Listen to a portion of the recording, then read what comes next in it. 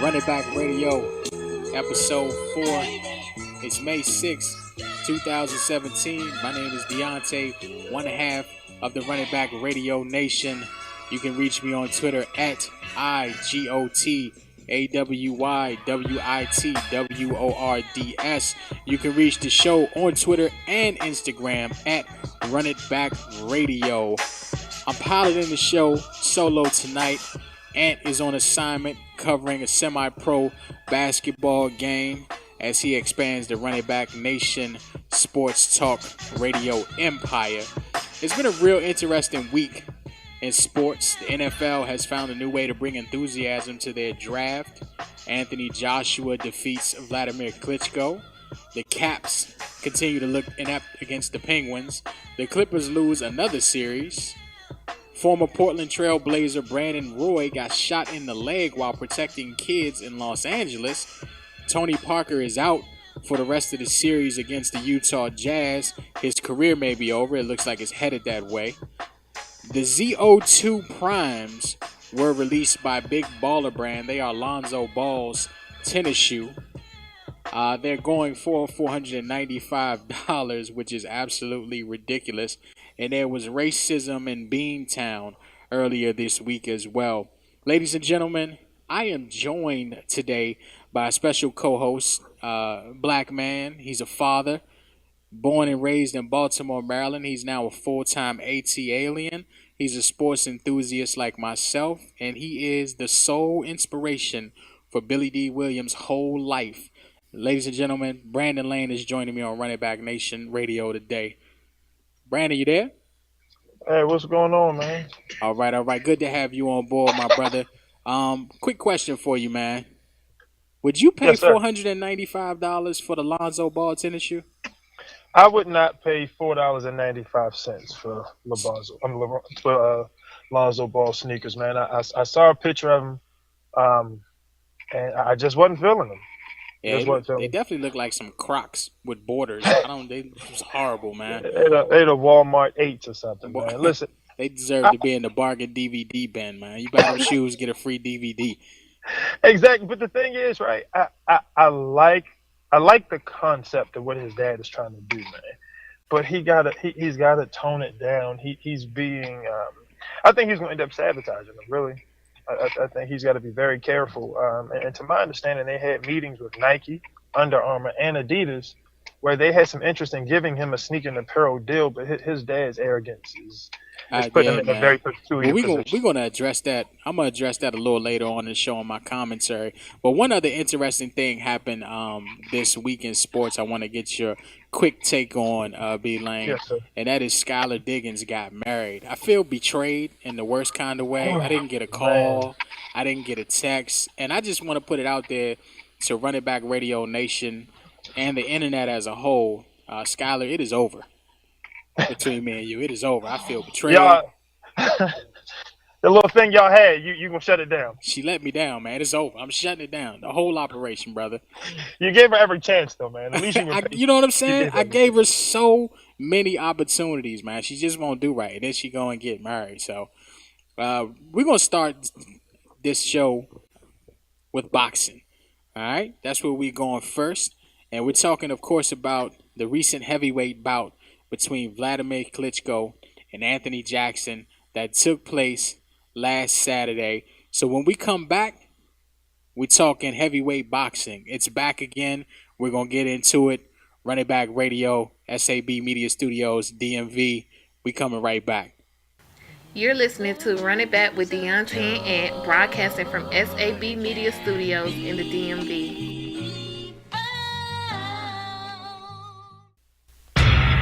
Joshua needs to impose his style, put his shots together. It's all right saying it, but it's another thing doing it. If you feel it, good shot from Anthony Joshua, and Vladimir Klitschko took it, but Joshua's got it from the left hand.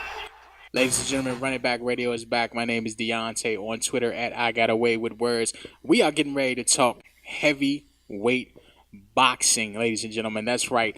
Vladimir Klitschko took a L to Anthony Joshua last week in a classic heavyweight bout that may single-handedly bring back heavyweight boxing as a main attraction once again. We are joined on the Run It Back Nation hotline by Mike Ellerbe, a gentleman born and bred in Baltimore, Maryland, a gentleman who is a boxing enthusiast, a sports enthusiast in general, a good friend of mine, and also he lost all of his strength when he cut his dreads. Mike, you there? I'm here, brother. What's going on? All right, man. We getting ready to talk some heavyweight boxing, man. So of course, I know you saw the fight, right? Of course. Give me your take on the fight. Give me your rundown. Give me your breakdown. How do you feel about it? Now, we're just to make sure, we are talking about Klitschko Joshua. Yes, sir. I think Joshua, he's just too young. He's just too strong. He's too hungry right now. Klitschko is a legend. He's not capable of basically being that legend right now in his 40s. I agree with you, Mike. I agree with you. I think you're accurate with your analysis, man. What Mike is saying, Running Back Nation Radio, is that Anthony Joshua, when he says Anthony Joshua is just too young and strong for Klitschko, let me give you some facts and stats and all that good information stuff that we love here at Running Back Radio. So Anthony Joshua had, coming into the fight against Klitschko, had 18 wins, 18 knockouts, 0 losses. The young man is 6'6", 249 pounds, and 27 years old. Klitschko, coming into the fight, had pretty much dominated the heavyweight boxing for the last, I would say, almost 10 years, 18 title defenses. He ran up against Tyson Fury, and he decided he was going to take the day off, and he let a dude who ended up being a cokehead with bipolar disease and gained like 150 pounds beat him in what had to be the most boring fight I've ever seen in my life. That fight single-handedly crushed the heavyweight division in terms of turning people away. But this fight could very well have resurrected the heavyweight division. Do you think that's accurate, Mike? Is it accurate to say that this fight, because of the classic nature and nonstop action, that it resurrected the heavyweight division in boxing? Of course. I agree with you 100%. Joshua, and everyone is waiting for this big heavyweight to emerge. Now Wilder is one of the top heavyweights, and we're waiting for that Clash of the Titans fight, with two fighters in their prime in the heavyweight division can basically bring boxing back to where it was in the past. Do you think Anthony Joshua would get more love if he was American? Yes. Anthony Joshua, not only him, there's another heavyweight title holder. I believe his name is Parker. Anthony, I forgot what his first name was. Joseph Parker, that's his name. Joseph Parker is from New Zealand. A lot of these heavyweight fighters don't get love because they're not from the United States. But they're just as, like you said, a young man with 19 wins and 19 knockouts, meaning he destroys everybody he comes up against. That type of record as a young heavyweight, I can only recall seeing once in my lifetime, not any previous eras. I'm talking about the era in which I grew up in, which it would be the 80s and 90s, and that was Mike Tyson in his early run. Young, hungry, win every match by knockout. Now, of course, it's a little bit premature to just compare Anthony Joshua to Mike Tyson. That's not at all what I'm doing, but what I am saying is that in that vein of he being young and hungry and deadly, he is every bit as much of a junkyard dog as Mike Tyson was. Would you agree? I think the potential is there. Just like you said, it is a little bit premature to start comparing him to Tyson, but he does seem like he has the same hunger that Mike Tyson had, a young Mike Tyson with Gus D'Amato. I think that's close to what we're looking at right now, but I don't want to say it right now because you never really know. He does have to start fighting. Probably after Klitschko, he has to go through Wilder in some way, shape, or form. If he wins against Wilder, if that fight is ever made, then we can start making comparisons to Tyson. What fight would you rather see first? Would you rather see him and Klitschko go at it again? Because this was a classic bout. I mean, you had a situation in the 6th round where Klitschko did knock Joshua down, the first time he had been knocked down in his whole career, and then it seemed like from the 8th round on, after Joshua had what I would say sufficiently regained his legs and took Klitschko's best punch, and he was able to survive it. He was able to regain his strength, get his second win, and he almost became cocky confident from like the 8th round on, even though he was still being pressed by Klitschko. And he ended up, of course, ending Klitschko in the 11th round by TKO. He hit him, I believe it was in the 11th round, or it might have been an earlier round, where he hit him with an uppercut that turned him into a Pez dispenser, pretty much. But is another bout with Klitschko? Would you like to see that first, or would you like to see just straight to Wilder? I want to see straight to Wilder. At this point in time, Klitschko is past his prime. I guess for money reasons, it would be a good fight. If you want to try to stretch out his career and make more money, as far as Klitschko is concerned, that's fine. But I want to see Wilder versus Joshua, and I know Wilder is coming for him, so he's not going to be able to hide for too long. Wilder is, in my opinion, and has been probably the top heavyweight recently. But as far as Joshua coming along now, and he's kind of stepping into that upper echelon of fighters in the heavyweight division, I want to see them both in their prime immediately fight. Now, Deontay Wilder is the fighter that Mike and I could continue to reference throughout this segment as the heavyweight who should next fight Anthony Joshua. Just to give you a little bit of information about Deontay Wilder, he is 38-0 with 37 knockouts.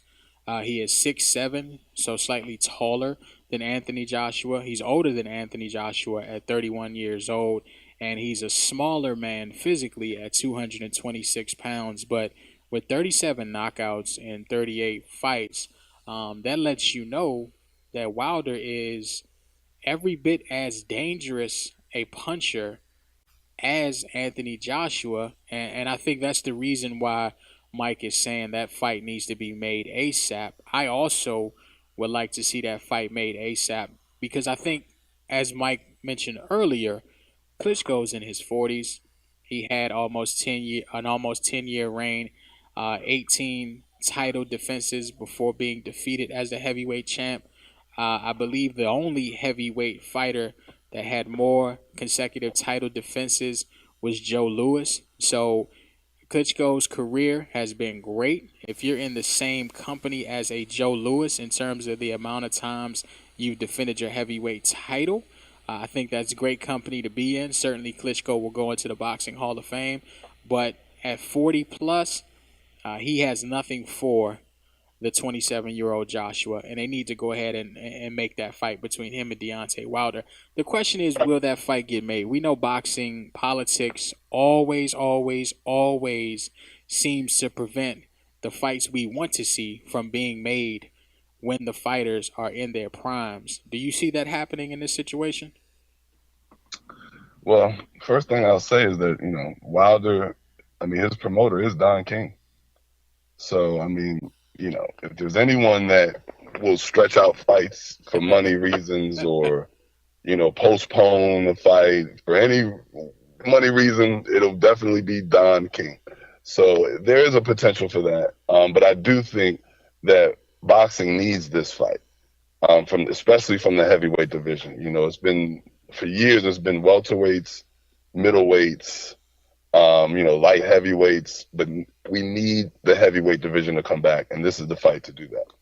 I agree with you 100%. Boxing needs this fight because throughout the 60s, the 70s, the 80s, and really through the 90s, the baddest man on the planet was always the heavyweight champion.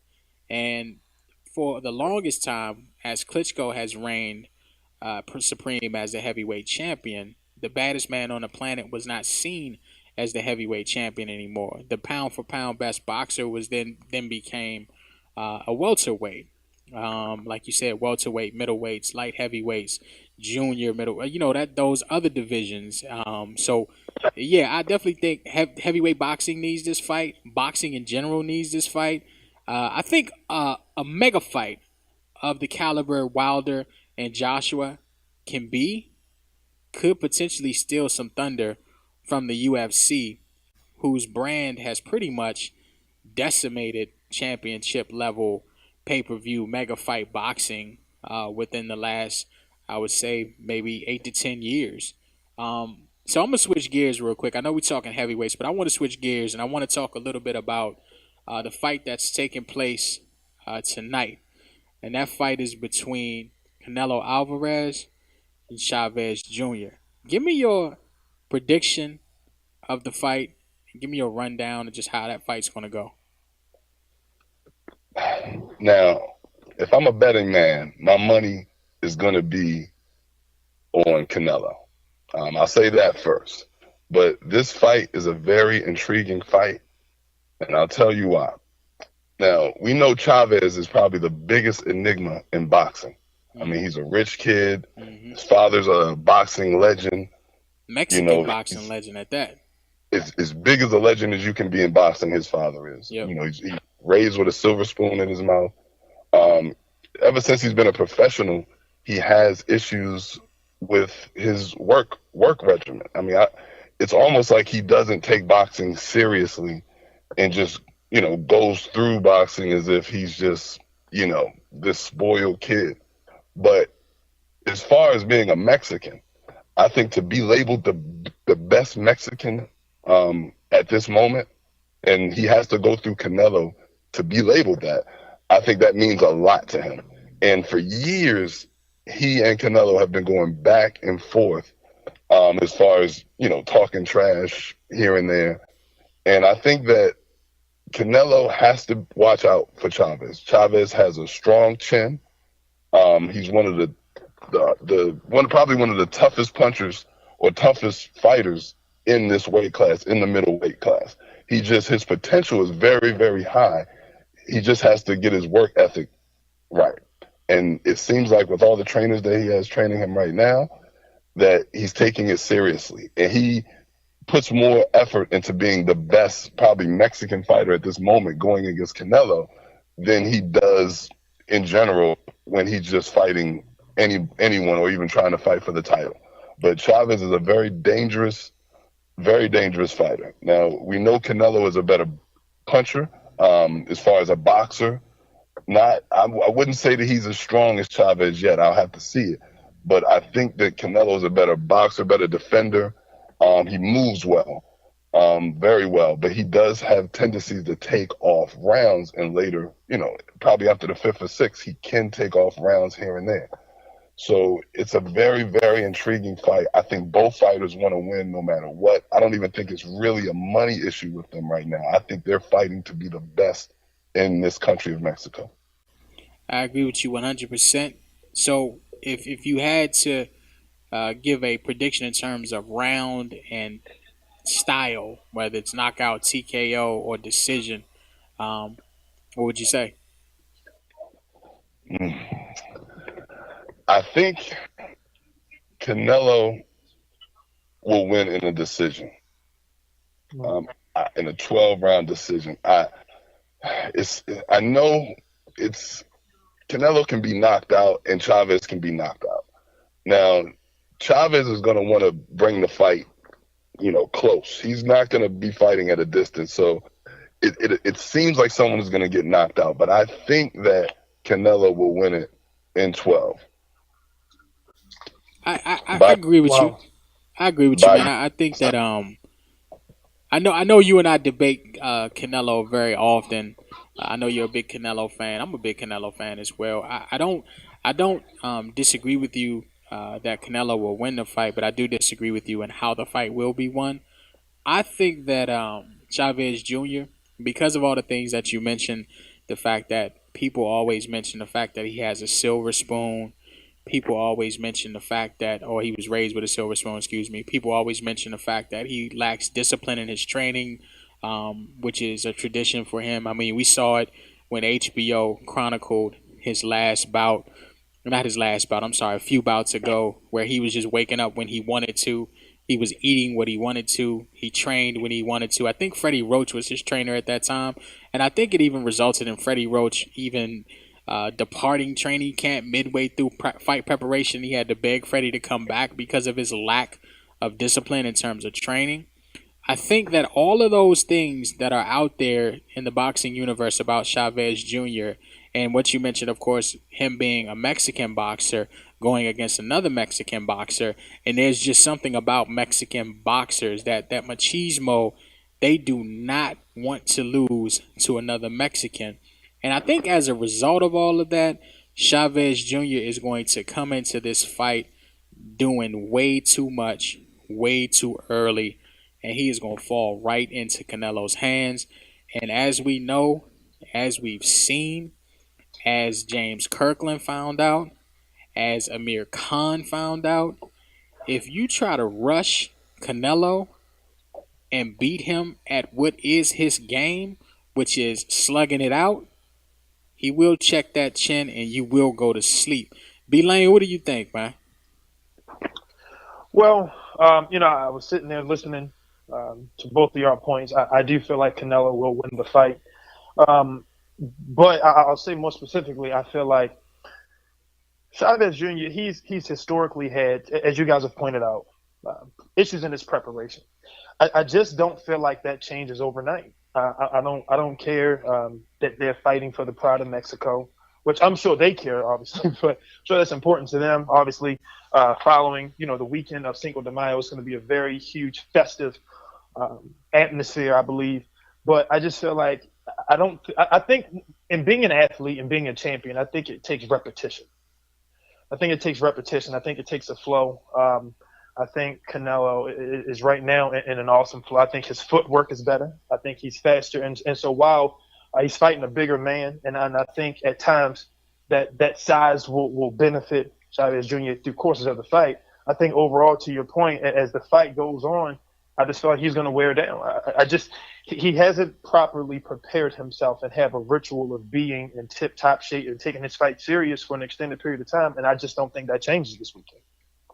And I predict the fight to actually end in a knockout as well. I mean, I'll give it the 8th, 9th round, and I think Canelo's going to knock him out. Yeah, I think it's going to be an early night for Canelo. I think it's going to be easy work for Canelo.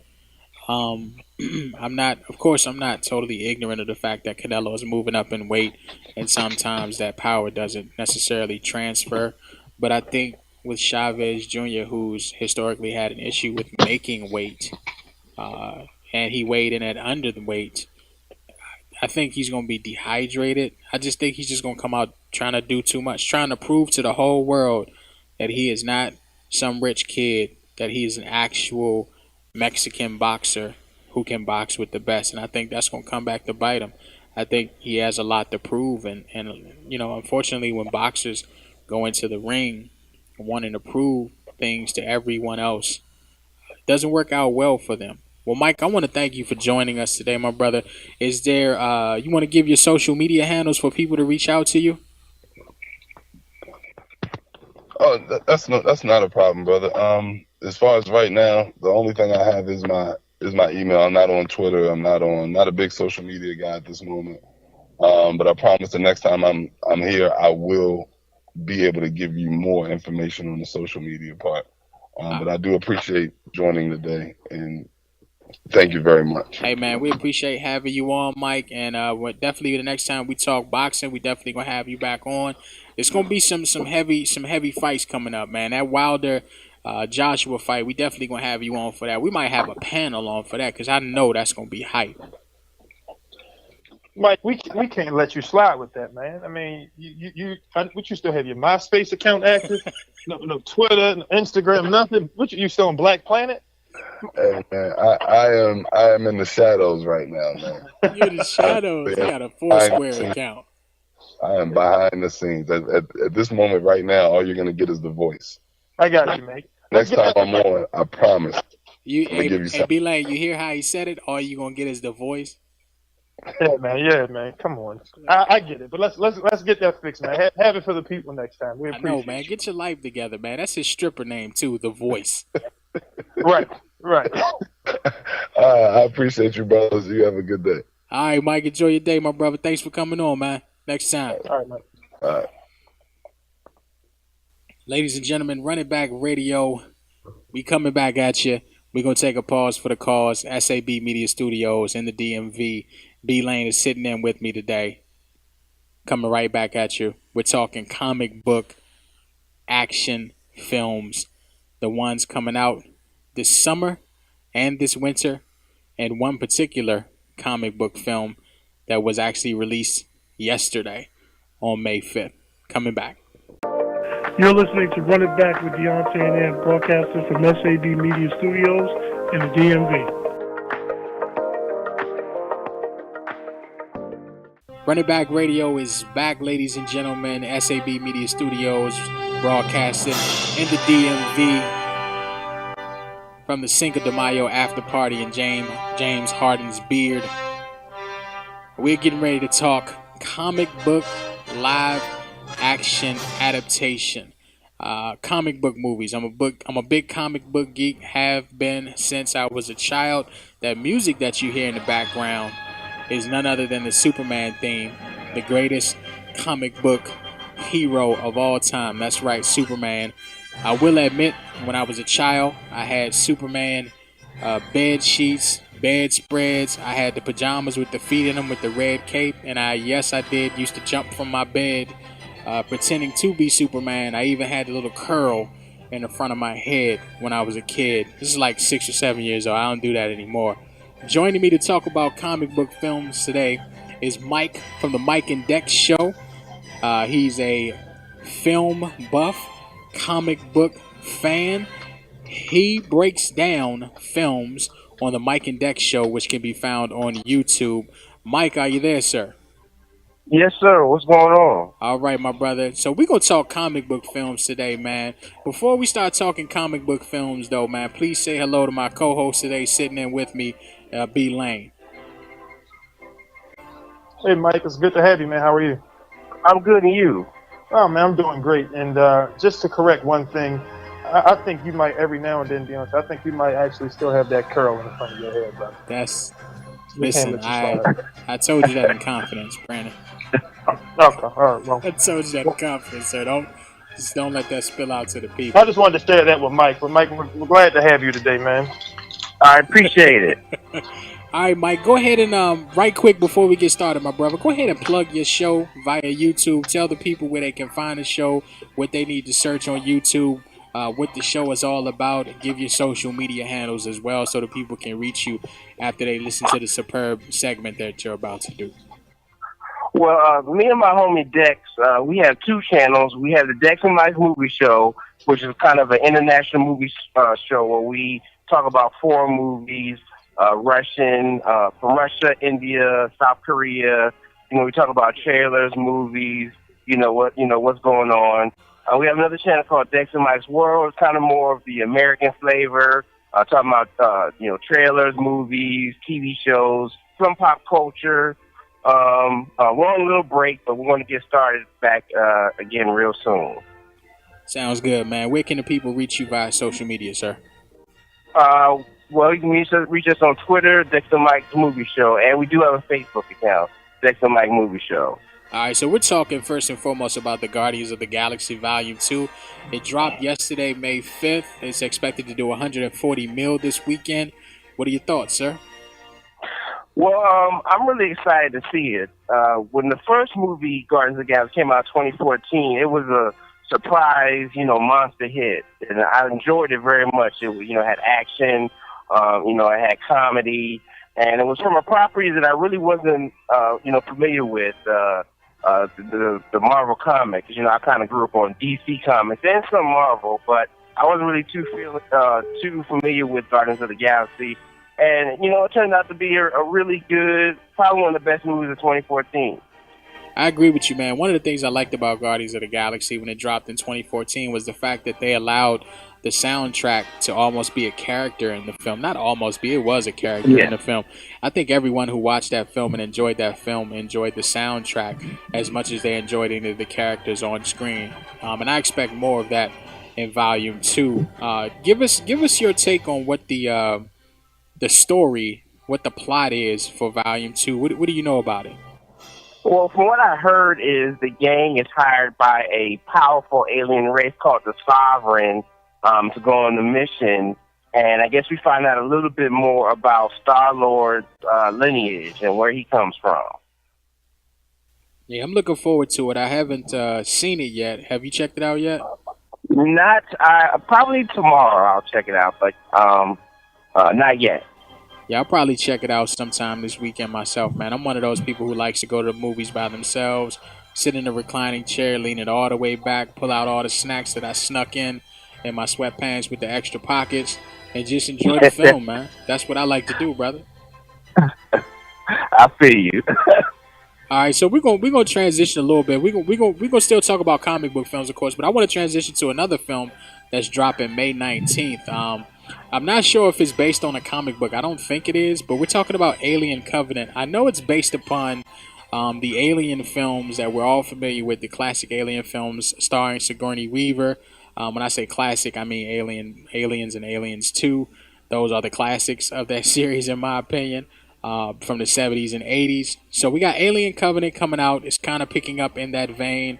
Sigourney Weaver is not a part of this project. It's like a whole new cast.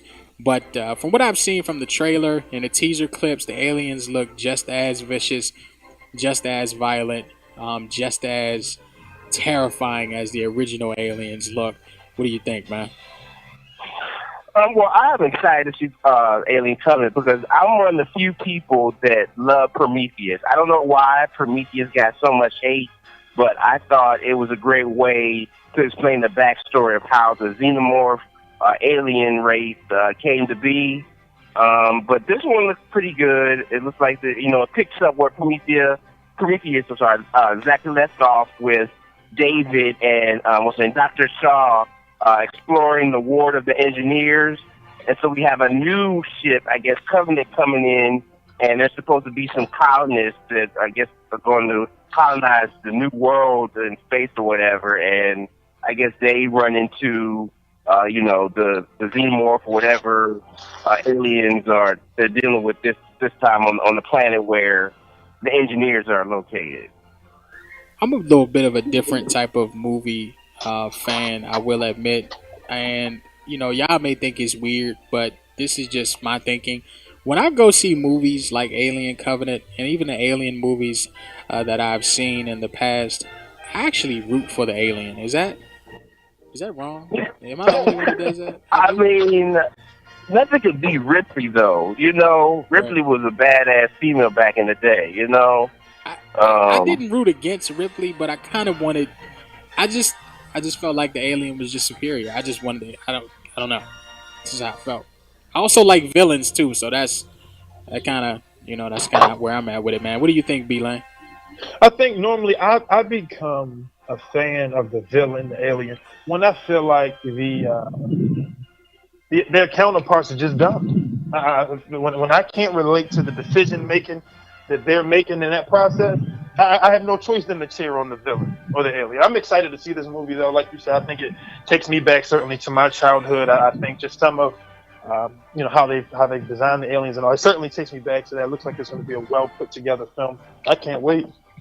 Yeah, I definitely looking forward to Alien Covenant. And I think, you know what, man, I want to give a shout out to Hollywood with this film Alien Covenant because two reasons. One, it looks as if it's going to pick up where the Alien films left off, which a lot of times when series are rebooted, they don't pick up where the other films have left off in terms of the being respecting the tradition of the film, and the tradition in this sense is just an unadulterated violence and killing, murder from an alien race. I feel like that's what's going to happen with this film, and what we've seen, for example, with like RoboCop, which dropped in 2014, which was a remake of the RoboCop that dropped in 1987. The remake was horrible. horrible. The 87 film was great. The It was. remake was horrible. So my hope is that this does not happen in this situation. Mike, do you agree, man? I agree, but I don't think anything could be as bad as that RoboCop remake.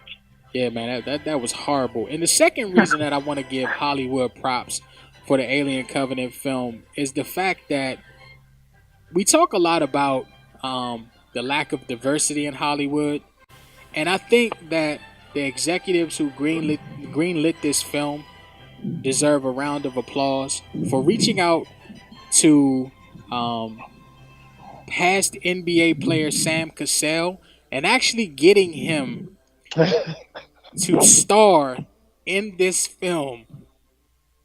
I really feel like that should be celebrated in terms of its diversity. I feel like this is an Oscars so white moment, Oscars so black moment, whatever you want to say. So much love to Sam Cassell. He got his first starring role. Alien Covenant drops May 19th. Now I want to switch gears and go back to comic films. This is a film that I'm really excited for. Comes out June 2nd. This is the first time we've seen this particular character on the big screen. I'm talking about Wonder Woman. What do you think, Mike? I am excited to see Wonder Woman. Don't get mad, but I hope it turns the whole DCEU cinematic universe around. Man of Steel was great. Batman vs. Superman was okay. It could have been better. Suicide Squad was decent. Could have been better. But I hope this one, Wonder Woman, gets the fans on board. Gives the movie universe more than 40% on Rotten Tomatoes. And I'm just looking for a great movie. Just to be clear for my partner B Lane that's joining me today, Wonder Woman is not the young lady that performs at Norma Jean's. She is. Okay. Because I was thinking, like, oh man, she's been doing movies for years. Right. Y'all. Okay. Okay. I'm glad she's been doing movies for years. Because I was writing down the date, June 2nd. I said, man, we go back, me and her. So, okay, all right. Well, I'm gonna definitely have to make sure I check that one out then. Man, the last time I went out to Baltimore's so-called red light district with Brandon, man, it just. Yeah, I don't want to talk about it. We can't talk about that, man. We can't. But I think Mike brings up a really good point. I think right now where they are, like you said, Suicide Squad I think was pretty good. Could have been better. Batman versus Superman. I mean, I think the amount of promotion that went into that movie, the build up to that film, I think it certainly left a lot to be desired. I think it could have done so much more with that. So I think this Wonder Woman film is going to be extremely important to them. I mean, it's coming out an awesome weekend, right after the Memorial Day holiday. It's a big time for movies, and so I think they're going to have the opportunity to really captivate and bring a lot of their fans and the audience back.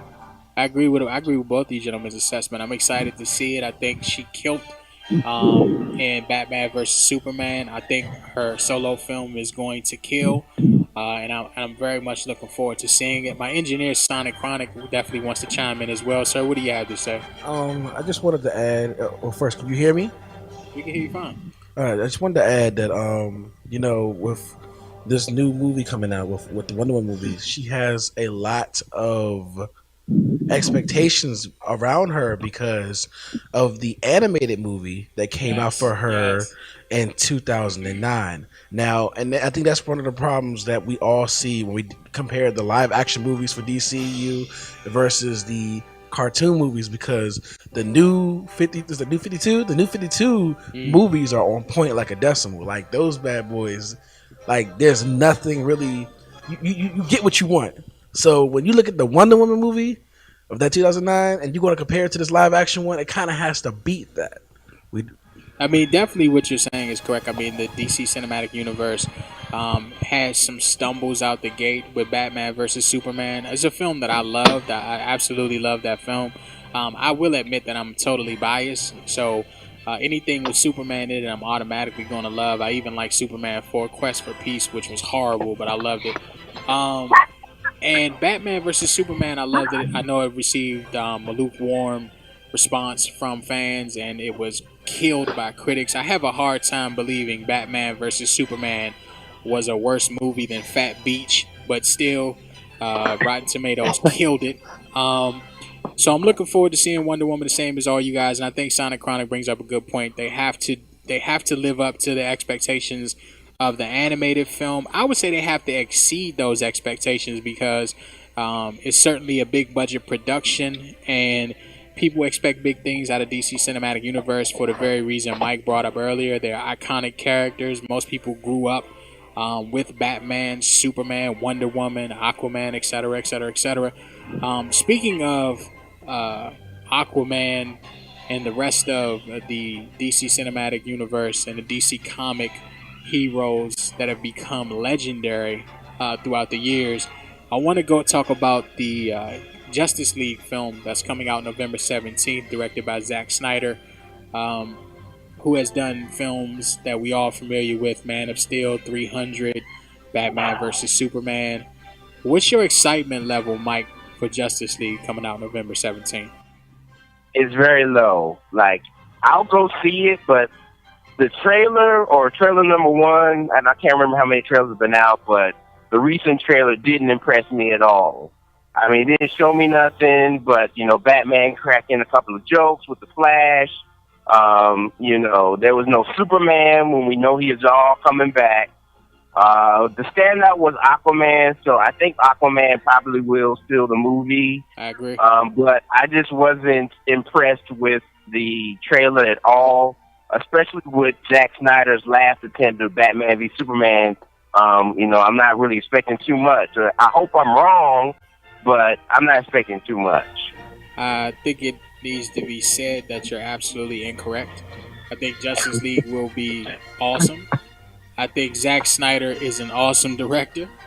I understand you hate him, though. I understand you don't like him. I don't hate Zack Snyder. I like Dawn of the Dead. I like 300. And Man of Steel was my favorite movie of 2013. He just does not know how to do a Justice League movie. He can only do a solo superhero movie. So when the Justice League drops, man, are you gonna come back on with us, man? And I will. Are you gonna eat your words? I will. I hope I'm wrong. You gonna eat your words if it's a good film, man? I will. I will eat my words because I want the Justice League to thrive and be good. All right, B Lane, my brother. Are you excited for Justice League? I think I've been just mildly disappointed a little bit lately. So I'm trying. I think if I come in with my expectations at like a 6 or 7, and you hit me with an 8 or a 9 film, I think I'm winning that way. So I try to keep my expectations a little low. I mean, there is another film that I can't wait anymore for it. I wish it was coming out tomorrow, and you know, I'm sure we'll get to that in a moment. Talk about it. You know, when we talk about diversity in films, I mean, I can't wait to see, you know, Black Panther, you know, and oh man, I'm really curious as to what Mike, you know, think that's going to look like. You know, certainly when you consider all the build up to it, it seems like it has the potential to be something epic. Mike, what are your thoughts? The Black Panther, man, I agree with you. I'm sorry, Mike. Go ahead, brother. I'm sorry. I apologize. Well, Black Panther, I'm very excited for Black Panther. It's the first time that we're going to get an all-black cast on the big screen for a superhero movie. The Chadwick Boseman, great leading actor. Michael B. Jordan going to be a great villain. We got Lupita, Angela Bassett. Who else is in that cast? But I just think it's going to be hot because, you know, they're going to incorporate the Avengers in there also. We'll probably see, you know, Captain America in there the way the Civil War left off. But I'm expecting great things, you know. It's first movie of its kind, you know.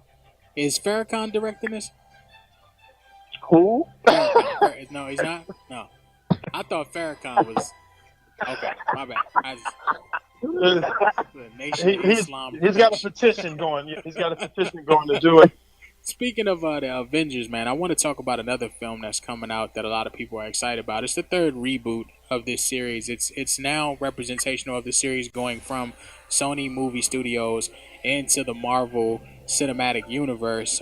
We saw him make his debut as a Marvel Cinematic Universe character in the last Captain America film. I'm talking, of course, about Spider-Man. Spider-Man Homecoming drops July 7th. It's an interesting looking film. We have a new Spider suit. We have him working hand in hand with Tony Stark to defeat a villain who looks absolutely crazy. And we have a love interest that's a sister. So they're breaking rules here. What are your thoughts, Mike? Well, I think it's going to be definitely a different take on Spider-Man than we've seen thus far. I believe that they're trying to incorporate more of the Ultimate Spider-Man in this franchise. We see that the best friend is modeled after Garth from the Ultimate comic book series. We have other parallels to the Ultimate Spider-Man, but I really like Tom Holland as Spider-Man because he has that youthful appeal of Peter Parker that I think people were longing for with the high school days, and I think that the banter between Tony Stark, and Peter Parker going to be dynamic, and just incorporating Spider-Man more into the Marvel Cinematic Universe storyline is going to be epic also. Sonic Chronic has a question for you, Mike. Go ahead, brother. My question, man. I wanna know what you feel about Tony Stark. Do you think that he's going to take over this movie? Like I know a lot of people watched the Civil War movie because Tony Stark was in it, and they, it was like, oh, Tony Stark, so he's going to be in it. And it was like, okay, so is putting Tony Stark in this Spider-Man movie just another way to make sure that people will watch the movie, or do you think that Spider-Man can hold his own on his own, or what? What's your take on that? Did you hear him, Mike? What was that? He asked if Tony Stark will be too much of a presence in this Spider-Man film. In other words, will he take the spotlight off of Spider-Man or Tom Holland's version of Spider-Man? I don't think he will. I think it's going to be possibly, I'm not sure, but minimal Tony Stark. I think he's going to be more of a mentor in and out because, like you said before, he's going to have the new tech, he's going to have the new gadgets, he's going to have the new suit. I think the interactions between Tony Stark and Aunt May were kind of funny in Civil War. But I don't expect him to probably only have like maybe 20 minutes of screen time in the movie, for my guess, All right. Lastly, I want to talk about a much anticipated film coming out November 3rd, Thor Ragnarok. Trailer looks awesome. The teasers looked awesome. Of course, this is the third Thor solo film. Of course, we've seen Thor in the Avengers films. What are your thoughts, man? How hype are you for Thor Ragnarok on this one? Well, I enjoyed Thor, the first one, very much. Like when the Marvel Cinematic Universe popped off, that was one of my favorite movies. Thor: The Dark World was okay. It could have been better. I thought it had like one of the weakest villains they've had thus far in the cinematic universe. But this one looks good because we're going to spend more time on Asgard. We have Cate Blanchett playing Hela, which looks like she's going to be, a badass villainess in the movie. It has more of that, I want to say Guardians of the Galaxy flair. I thought the fight scene or potential fight scene between Hulk and Thor was pretty funny when he's like, "Oh, I know it'll work," He's like, "Yeah." That was like that. That was that formula that Marvel has down packed. That witty banter, that joke, action, back to joke formula they have. That's awesome. B Lane, I want to ask you a question about Thor, sir. If you had a hammer that you could throw at anybody and would literally wipe them off the face of the earth, and it would come back to you, and nobody would know you threw that hammer, who would you throw that hammer at, sir? Whoa.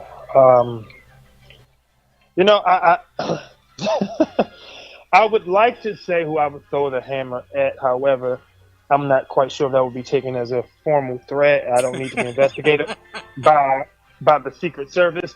Hint, hint. So I will say If I could throw it at anybody, I would say I would throw the hammer to the practice gym of the Golden State Warriors just to lock them in there for the rest of the playoffs because I don't want to see them win. Can I do it that way? Can I say that? I'd rather just do I think your answer was extremely presidential, sir. If I do say so Yeah. myself. Well, thank you very much. Thank you very much. Thank All you right. very much. Hey, Mike, go ahead and plug your show one more time. Give your social media handles. Tell the people where they can tweet angry tweets at you or Facebook angry Facebook posts at you about your obvious wrong answer regarding Justice League and Zack Snyder. Okay, so you can catch me and my homie Dex, the Dex and Mike Movie Show.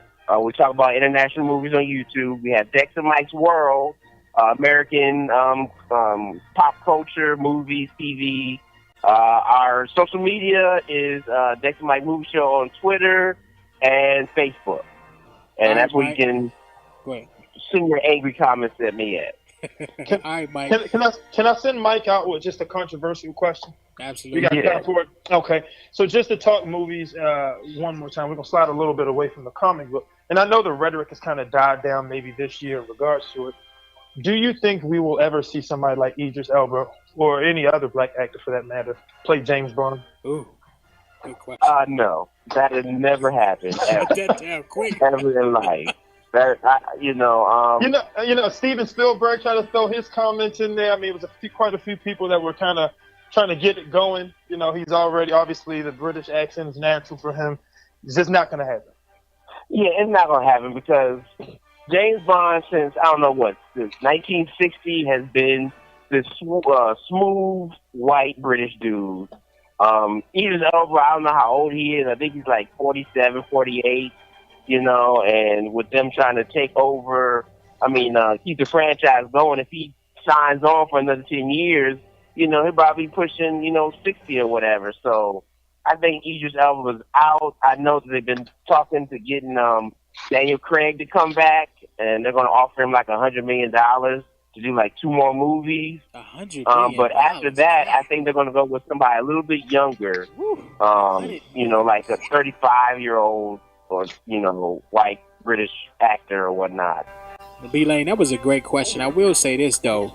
If they do decide to let Idris Elba play James Bond, which I agree is highly unlikely, we'll never see a black 007. But if they do allow Idris Elba to play 007, I tell you who will be at the theaters en masse: white women.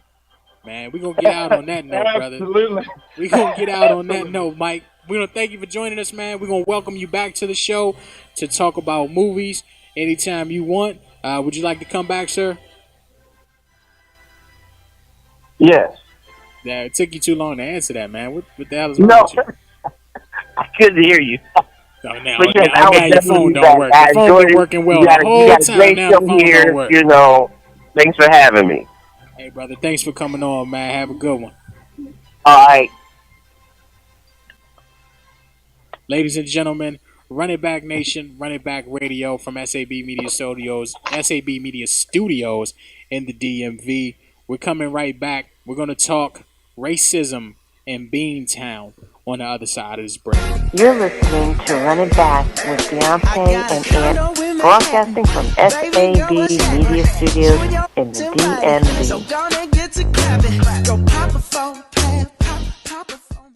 He tweeted that Fenway fans' behavior at the Red Sox game last night was unacceptable and shameful. It's acceptable. This is not what Massachusetts and Boston are about. Yes, it is. Marty Walsh, the mayor of Boston, said that we're better than this. No, you're not. At least not by much. And here's what I mean by that. This isn't about Boston for me. This isn't about, having lived there for most of my adult life, my wife and her family being from Boston in the Boston area. This isn't about Boston. This isn't about Boston's complicated racial history, both in the city streets and at Fenway Park. That's not even what it's about for me. This is about the fact that the N-word and the throwing of peanuts, it's an extreme, and it's a symptom of a disease. It's the tip of the iceberg. Why does it take such an extreme act of obvious racism and bigotry to get people sickened and disgusted? You want to know why in 2017 this still happens? It's because we don't recognize racism when it's in our face every day. It's because the nuanced, subtle, beneath the surface racism that exists every day is argued and shouted down because we're in a quote unquote post-racial society, because we're past that. But let somebody say the N-word, oh, this is disgusting. Well, what about the people that think it every day, that act on it every day, in policy, in practice, that are saying it maybe not to players on the field, but are saying it to other patrons at parks or when they go outside in the streets? So when you say that's not what this is what we're about, we're better than this. If you are a city in America, you are a racist city. That's who we are as a society still. And unless until people come to grips and get comfortable with discussing everyday, day-to-day racism and bigotry, not just the N-word or not just throwing a banana on the field or peanuts on the field, we're going to still keep spinning our wheels when it comes to this conversation. Because the other times when people like us want to point out other examples of systemic racism or white supremacy or white privilege, just stick to sports. But today, it's like, oh, it doesn't take courage to condemn this. It doesn't take anything to stand up and say this is wrong and there's no place for this. Duh. Of course not. But what were the people around them thinking? What do they do all the time? What do the people on the street how often do players around sports and around the Red Sox hear this all the time every day? But Adam Jones will just bring our attention to it. So that's where I'm at on this. But this ain't about Boston and people getting defensive about it. This is about why does it take this to get people's attention? Well, they enforce. Running Back Nation Radio. What you just heard was Michael Smith's take on Michael Smith of ESPN, I should say, his take on the incident that occurred May 1st. African-American Orioles outfielder Adam Jones, who is one of only 62 black ball players in the major leagues on 30 teams, was playing at Fenway Park in Boston when he was repeatedly called a nigger by fans of Boston and had peanuts thrown at him by those fans in Fenway Park. And B-Lane, what is your take on what Michael Smith had to say and the incident as a whole, sir? You know, I think a matter like this is extremely serious. And I listened to Michael Smith's words, and I just had to process it for a minute. I understand exactly where he's coming from, and he really touched on so many different points. But I think the thing that really stuck out to me, and he was saying, you know, it wasn't about Boston. And while I agree, there's something concerning really about I'll just say culture in general. It's not limited to Boston, but it's something there that's unique to me a culture of tolerance for something like that to happen. You know, I've attended a number of sporting events. Certainly you can say the same. Certainly we can go back to when we were in high school and college and you went and opposing, you know, schools are there and playing. And as a fan, that's a part of the experience. You know, you give the visiting team a hard time. Some players thrive off that. You know, I remember hearing Terrell Suggs say years ago, you know, one of his favorite places to play was in Boston or even Pittsburgh because of just the atmosphere. You feel like a gladiator walking in that arena and everyone's just kind of against you. But it's something to be said about a culture of an environment where somebody would comfortably in front of hundreds of people that can hear your voice, because you have to be able to say something like this extremely loud for Adam Jones to hear you down on the field of play, that you would have the comfort to use that type of vocabulary in front of so many people. It speaks to a culture there. What do you think? I agree with you, man. I mean, I'm thinking about the word nigger as a word in society. When typically we're amongst company, and by company I mean non-black people, they will not use that word, and they know why. Correct. Yes, sir. But and I believe the Boston police, according to a Washington Post report, said 34 fans were removed from that game as a result of the incident. For 34 people, 34, not one, not two, not three or four, not just a family, 34 people that we know about, for 34 people to either use or condone that kind of vocabulary at such a public event and in such a public way, Yes. Definitely, as you said, and as Michael Smith said as well, speaks to a particular culture that exists in the United States of America in terms of in this what we can call Trump era. It speaks to how comfortable white supremacists are becoming because in this Trump era, white people have decided, not all white people, some white people have decided that they are now victims and nothing else matters. And I think you are seeing that reflected in some of their behaviors. I think that has played a role in what happened on May 1st. And I also think, as you said earlier, there is a culture at Fenway Park that either looks the other way or gleefully embraces this type of racial hatred directed toward black ball players. And just to kind of let the audience know that when I say that and when you say that and when Michael Smith says what he said, we're not conspiracy theorists. We're not No. black people, quote unquote, playing the race card, or we're not playing the victim role, so to speak. Right. I'm going to tell you about what Carl Crawford, former, I think, is he a former or a current Red Sox player? I can't remember. Former Red Sox player Carl Crawford and current Red Sox ace pitcher David Price. They said, according to the Washington Post report that I read from earlier this week, they said that playing in Boston as Red Sox, that they themselves have been subjected to the same level of racial animus that was directed to Adam Jones. So let me just say this again for emphasis. We're talking about two people who wear, one wore, one currently wears, one is currently the ace of the pitching staff, who wear or wore the uniform of the Boston Red Sox, being given the same type of treatment that we just detailed Adam Jones received. That's disgusting. Exactly.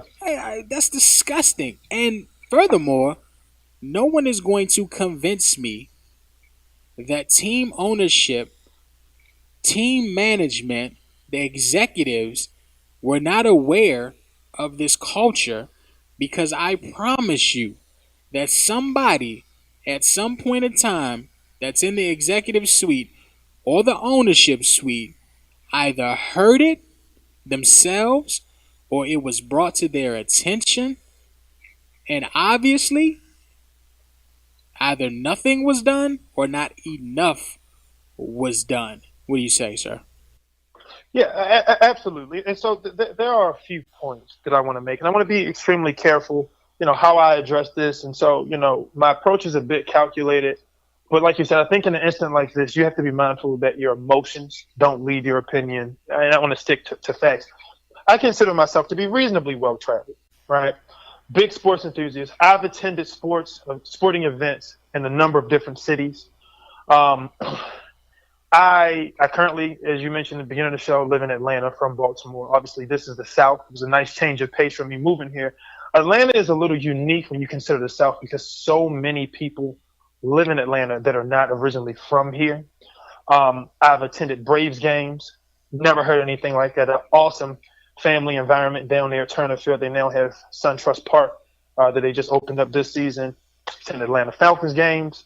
Attended games at Baltimore, Ravens Stadium, M&T Bank, Camden Yards, FedEx Field. I've even gone to Pittsburgh. I went to an AFC Championship game in Pittsburgh, and you'd have a hard time proving to me there's a tougher rivalry than Ravens and Steelers. I went to a playoff game there, and no such behavior was exhibited.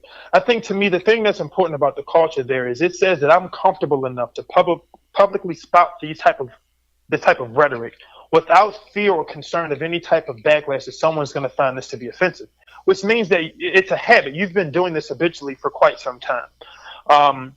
I think that Boston is unique in the perspective of when you consider large East Coast cities. You think about Philly, New York, D.C., Baltimore, places like that. It's one of the few that don't have as large of a African American community. Represents 25% of Boston, and the many parts of town and where there are large African American representation is not necessarily considered, if we could say, the best parts of town in Boston. When you think about, like you talk about the ownership, which changed back in, I want to say, 2002 when John Henry purchased the Red Sox. Prior to them winning, they had gone 86 years without winning a World Series. And let's talk about the organization for a second. He made it a point to try to strengthen the diversity. Well, that says a lot that in 2002, efforts had to be made to strengthen it. If you think about it, the Red Sox finally won a World Series when they started to embrace their minority players. You think back to Pedro Martinez, David Ortiz was on that team along with Manny Ramirez, obviously not African Americans, but player of diversity. There's certainly a lot of information has come out this week, and a lot of people don't know the Red Sox was the last Major League Baseball team to integrate African American players. It was 1959 when that happened. This is 12 years after the debut of Jackie Robinson. 12 years. Mind you, Jackie Robinson and Willie Mays tried to play for Boston. They turned them both down. These are historical icons in baseball. Red Sox passed on their opportunity. The Red Sox is the same organization who did not sign a black free agent until 1993. Wow. That literally is insane. So when you take that into account, 1993 was the first time you signed a black free agent. You were the last team. And a lot of times people think that racism only exists like in the South, for example. Like Michael Smith said, it's in every city. But there's something about the culture in Boston, whether it be from an organizational perspective or the city itself, where they've had those challenges. But Major League Baseball isn't off the hook. I'd be surprised to have something so blatantly happen at an NBA game or an NFL game where in the NBA, the league is 75% black. NFL is 70% black. When you have a league that has 8% representation of African Americans, in many cases, your fans are probably going to look like 8% as well. Exactly. People grow up as kids. And listen, I've had favorite players that were white. When I was a kid, my favorite football player was Steve Young. Right. So I'm not isolated to only cheering for black people. But I think when that happens, some of these environments start to just develop. I agree with you 100%. I think you hit the nail right on the head. When you have a product where only 62 players in Major League Baseball, 62 players, 30 teams, only 62 players are black. That means the black ball player in Major League Baseball is grotesquely underrepresented, and so many other players in baseball, the majority of them are white. And so obviously, since the majority of them are white, you're going to have a majority white fan base. That's not to say that white people don't cheer for black people or black people don't cheer for white people. That's just reality.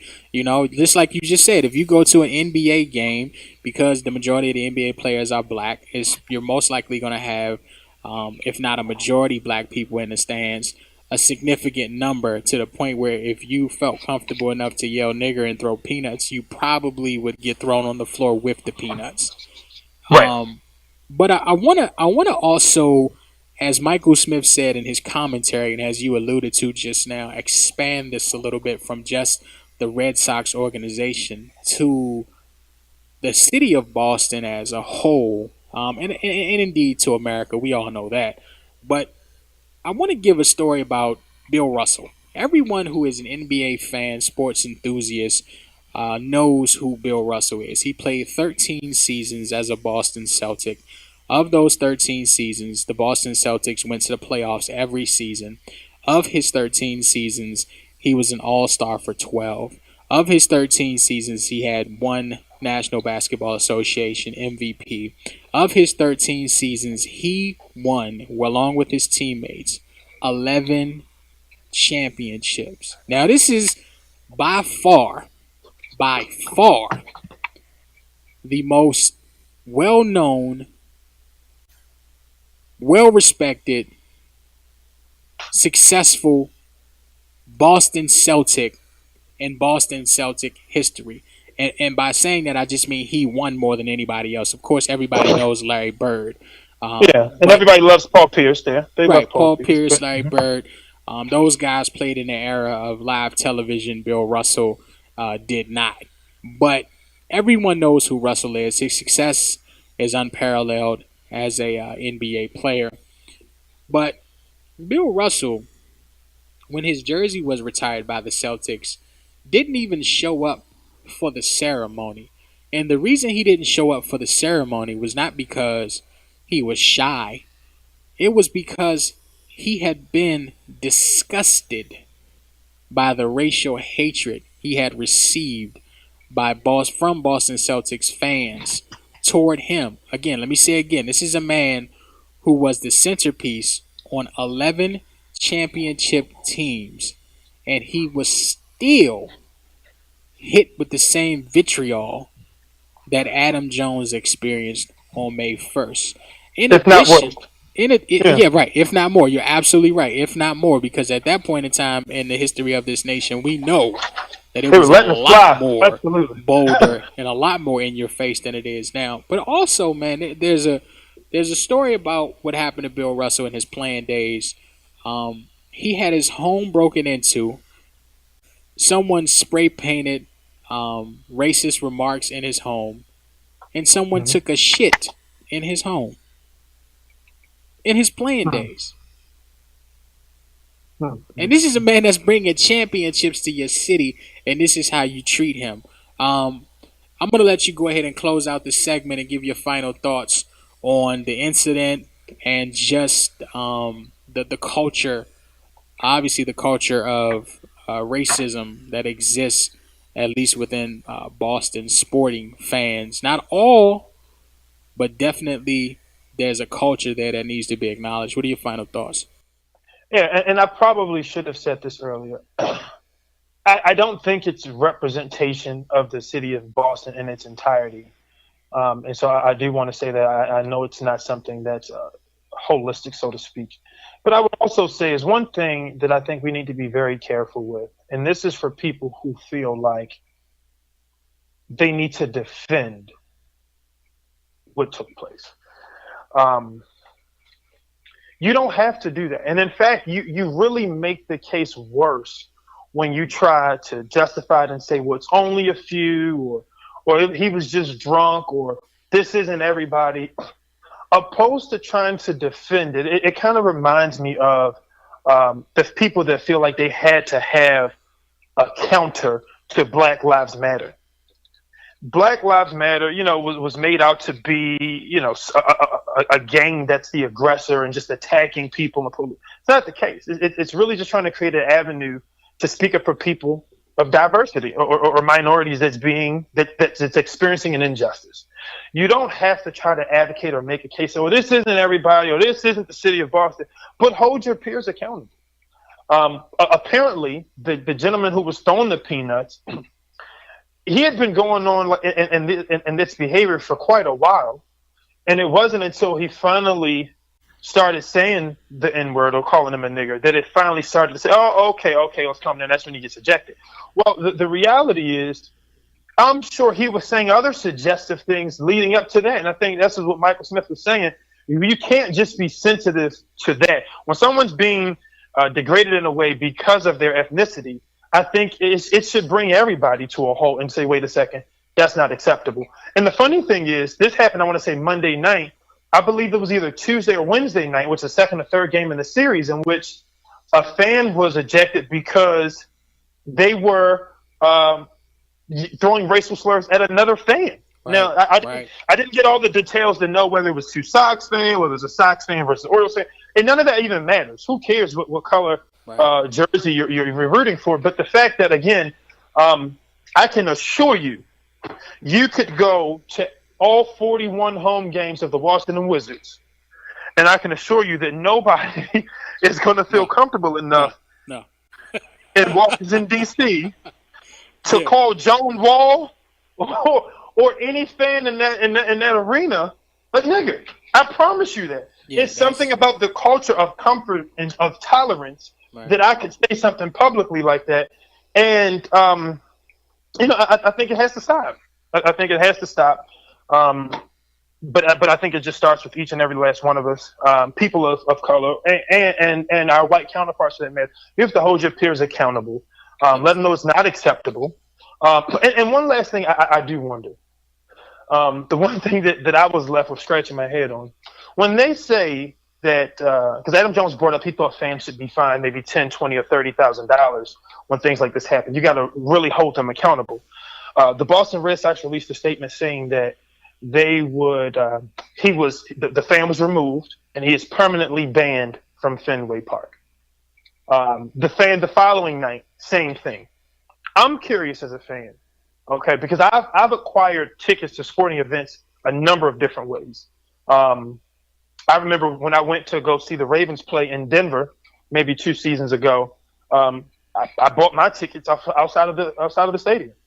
How is it can an organization or a stadium management company, for that matter, permanently ban a fan inside a facility that has, say, 8 to 10 entrances? Right. I don't recall ever scanning my ID when I walk into a place. How does an organization? I'm just curious, and certainly maybe it's something we got to look into. How do they ban someone from coming back in when it's 20, 30, 40 in the football arena? It's 70,000 people in these places. How can you stop them from coming? Yeah, you're absolutely right, and I think the question you're alluding to is it all just window dressing? Of course. That's the question you're alluding to. Is it all just window dressing? All right. So, Run It Back Radio Nation, when we come back, I'm going to give you my commentary and tell you why LeVar Ball is the Joe Jackson of basketball. You're listening to Run It Back, Deontay and Ant, broadcasting from SAB Media Studios in the DMV.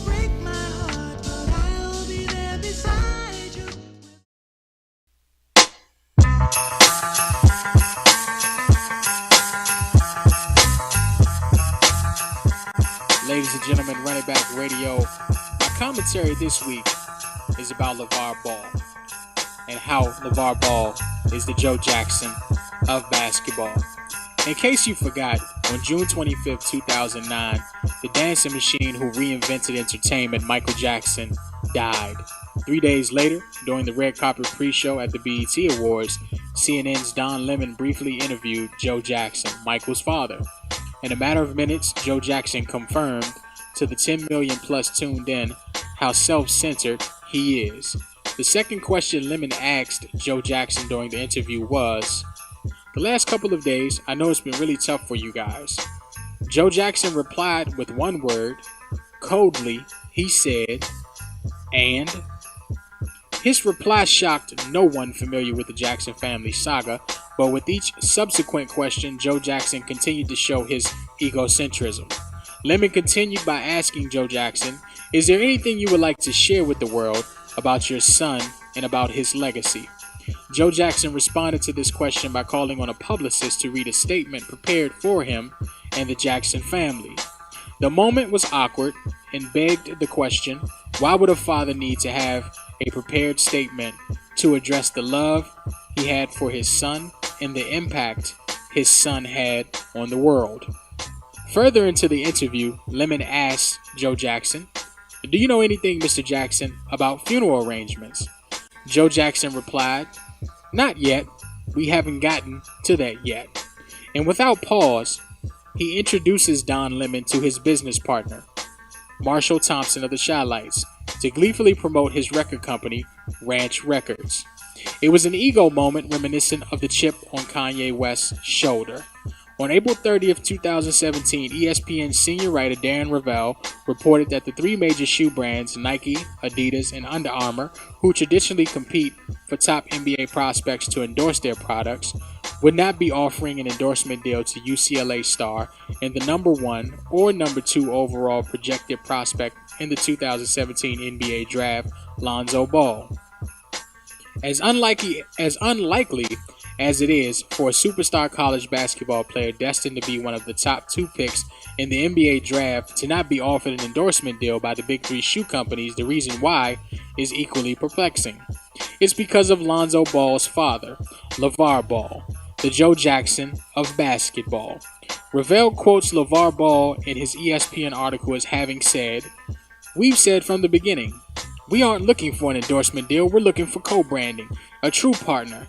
But they're not ready for that, because they're not used to that model. But hey, the taxi industry wasn't ready for Uber either." Now that's ego, a really big ego, a Joe Jackson-esque ego. LeVar Ball, in several media appearances, has promoted his Big Baller brand, an athletic apparel company he hopes will become a household name like the Jordan brand. LeVar Ball's attempts to leverage his son's college basketball success into a profitable brand that will inevitably benefit himself and his family isn't ridiculous in theory. However, when you consider that Lonzo Ball hasn't played a single minute in the NBA, it's clear how foolish and costly LeVar Ball's egocentrism has already been to Lonzo Ball.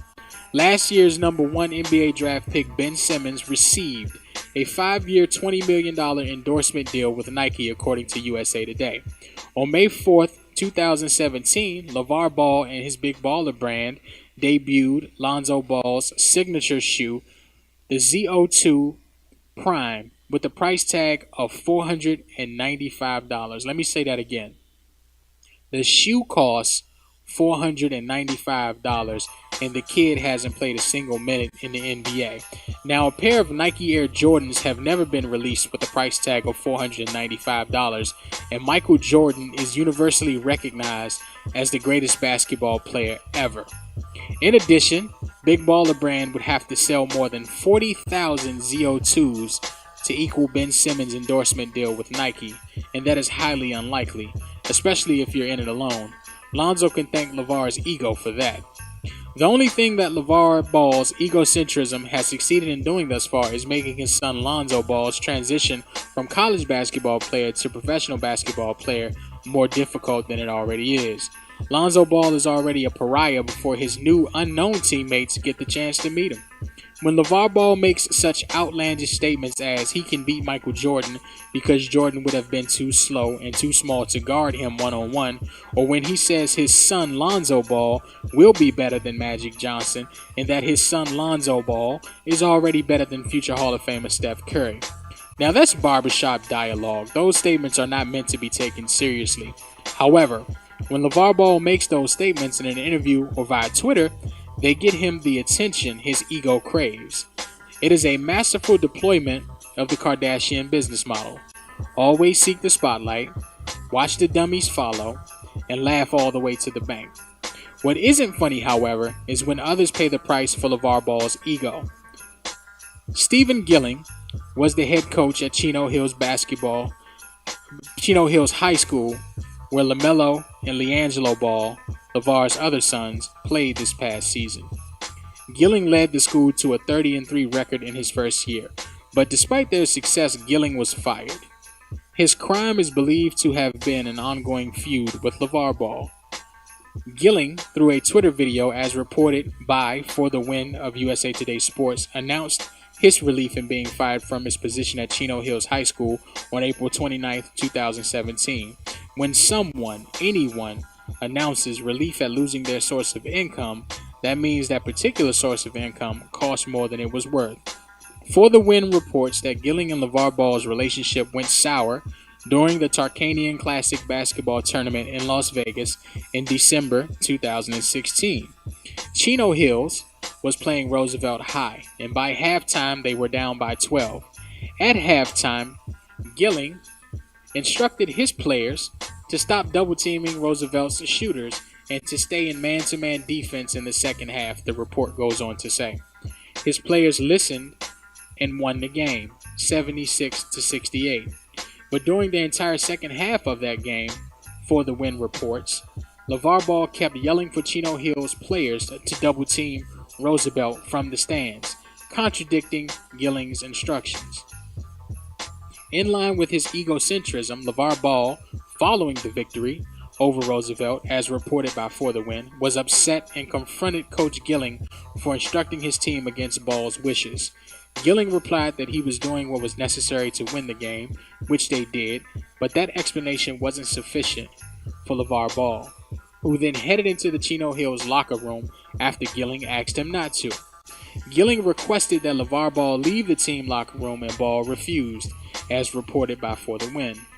Gilling was forced to have the team leave the locker room and head back to the team hotel.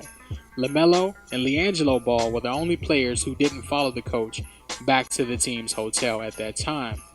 The report by For the Win also goes on to detail how LeVar Ball, after the locker room incident, went to the hotel and talked to the team on the 18th floor and advised them that he was running things, that it was his system that the team was running, that it was his system that won. They're doing what he says. I run Chino Hills. I run UCLA. About to run the NBA. That's what writer Andrew Joseph quoted Coach Gilling as saying when describing the after-tournament hotel incident. That is ego, a really big ego, especially considering LeVar Ball averaged a measly 2 points in college during his playing days. Joseph goes on in his report to quote Coach Gilling as saying the following regarding the team chemistry after the hotel incident. So throughout the rest of the year, we had games that I would not talk to them, LaMelo and LiAngelo. The kids looked at me different, not all of them, but some. They understood and knew they were caught in the middle of it all. It was sad for the kids because it was from that point on that they didn't know who to listen to. It was also noticeable that things were being said at home and brought back to the gym in a way of, like, they're not listening to the coaches. To be clear, I am not critiquing LeVar Ball for wanting the best for his sons or being involved in their lives, and nobody should have an issue with LeVar Ball encouraging or even requiring his sons to work hard in protecting them from the inevitable collegiate and professional vultures who will pick their carcasses bare if not checked. But clearly LeVar Ball has reached a point where what he is doing is no longer about LaMelo, LiAngelo, and Lonzo Ball. Through his actions, not just his cartoonish proclamations, LeVar has most assuredly scorched bridges his sons have yet to cross. LeVar Ball, through his actions, is going to force LaMelo, LiAngelo, and Lonzo Ball to muster the will to write LeVar out of their lives.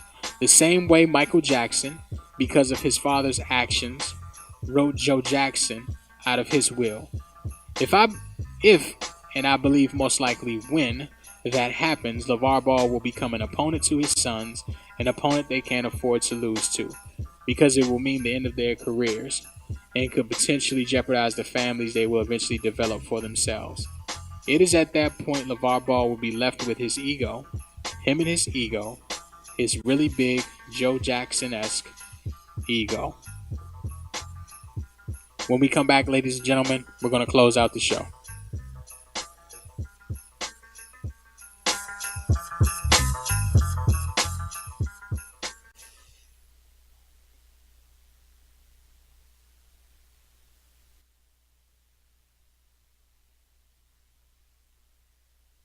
Okay.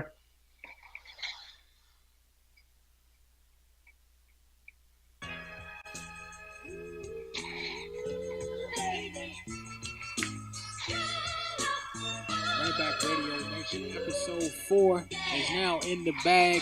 Once again, it's May 6th, 2017. I want to thank my co-host for this episode, Brandon Lane, being with us all the way from the A. Brandon, please tell the people where they can reach out to you via social media, sir.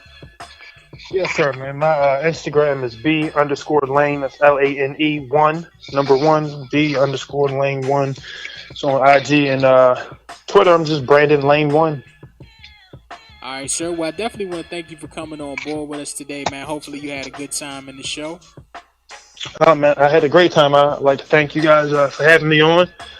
Certainly, I look forward to continuing to being a consistent listener for you guys, and certainly always be glad to join the show.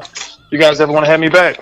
Absolutely. We would love to have you back. Ladies and gentlemen, Running Back Nation Radio, my name is Deontay. I'm on Twitter at I Got Away With Words. That's at IGOTAWY. WITWORDS. The Run It Back Radio Show can be found via YouTube by searching Run It Back Radio. Ladies and gentlemen, when you do go to the show and listen to the show, please make sure you click the thumbs up like button. Please make sure you leave a comment. Please make sure you subscribe to SAB Media Studios. We are broadcasting from SAB Media Studios in the DMV. Once again, Run It Back Radio Show can be reached on Twitter and Instagram at Run It Back Radio. And my usual co-host, Ant, will definitely be back in the building next week. You can reach him on Twitter and Instagram at Ant the Liberated. Next week's show, we have some special ladies coming through to sample. That they are going to let us sample their catering, their soul food catering business in the DMV. We're going to sample that, and we're also going to talk UFC with Anthony David, who is also an AT alien. He's an R&B singer. You may know him from that, but he's going to talk UFC when he comes on with us. And finally, ladies and gentlemen, I want to let you know that we're doing another giveaway. We have a $50 Visa gift card to give to anybody who is a certified Run It Back Radio Nation follower on our Twitter or Instagram. If they can tell me the price of the ZO2 Prime shoe, that's right, if you can tell me what I said was the price of the ZO2 Prime shoe being given to the public by Big Baller Brand, Lonzo Ball's shoe, ZO2 Prime. If you can tell me the cost of that shoe, and you can send that answer to either Twitter or our Instagram pages, you will win a $50 Visa gift card. First come, first serve. Once again, B Lane, thanks for joining us. Run It Back Nation Radio. We see you next week. We out.